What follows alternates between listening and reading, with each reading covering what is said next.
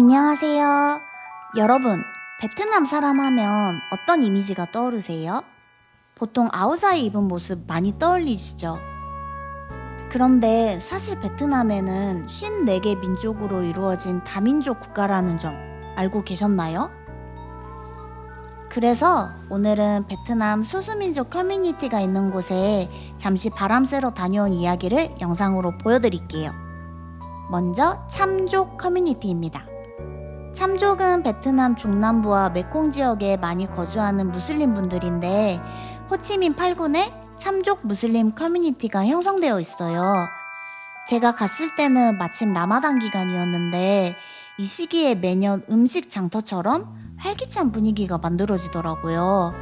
보통 라마단 기간에는 낮 동안 금식하고 해가 진 뒤에 이프타르로 식사를 하잖아요. 여기에서는 그 저녁 식사에 먹을 음식을 낮부터 미리 준비해서 장터처럼 판매하고 있었어요. 참족 가정집에서 만든 할랄 음식들이 사람들이 포장해서 저녁 식사용으로 사가는 모습들이 재밌더라고요. 실제로 가보니까 길이 정말 좁았어요.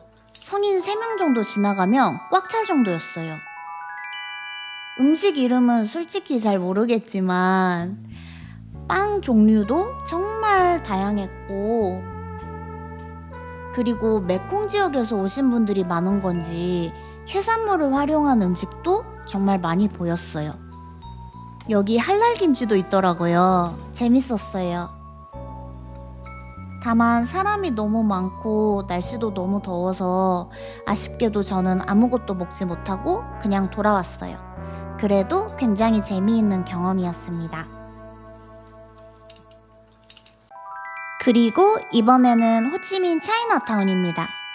이곳은 베트남의 화족, 즉 중국분들 커뮤니티가 오래전부터 자리 잡고 살아온 곳이에요. 주로 광둥계와 같은 중국 남부지역 분들이 정착하면서 형성된 지역이고, 지금도 시장, 음식점, 한약방, 사원 같은 생활문화 속에 그 분위기가 진하게 남아있어요. 참고로 아카데미 나무조연상을 수상한 배우 키 호이관, 그분도 이 지역 출신이세요. 여긴 제가 오래전에 자주 다니던 식당인데 한동안 안 갔었어요. 식당에서 일하시는 분들이 너무 불친절하셔서 저 혼자 조용히 보이콧하고 있었거든요. 그런데 이번에 다시 가보니까 주인분이랑 직원분들이 다 바뀌었더라고요. 무엇보다 분위기가 훨씬 친절해져서 다시 오길 잘했다는 생각이 들었어요. 여기 음식은 광둥 지역 스타일이라기보다는 중국 본토 쪽 혹은 대만식에 더 가까운 느낌이 들어요. 저는 여기 오면 항상 튀김 만두, 토마토 계란국, 그리고 제가 좋아하는 중국식 오이무침을 시키는데요. 예전에는 오이무침에 마늘이 듬뿍 들어가서 정말 맛있었는데 이번에는 조금 레시피가 뭔가 바뀐 것 같더라고요.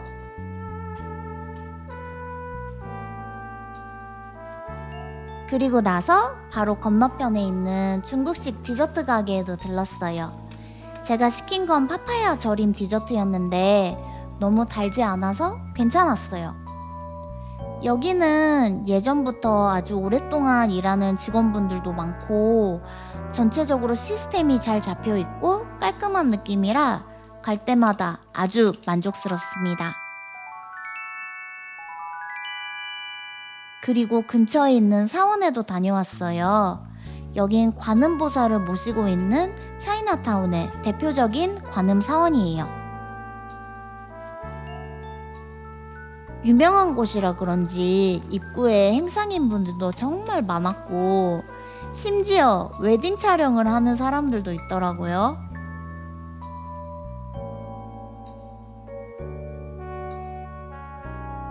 여기서 좀 쉬어봅니다.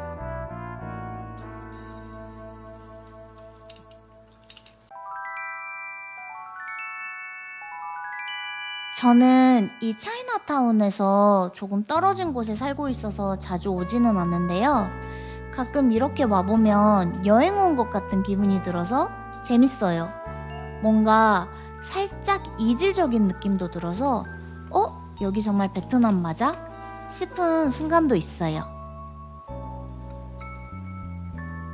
버스 정류장 근처에 엄청 좋은 향기가 나서 뭔가 봤더니 정말 많은 종류의 향수를 만들어서 파는 곳 같더라고요. 뭔가 실험실처럼 보여요. 어떠셨나요?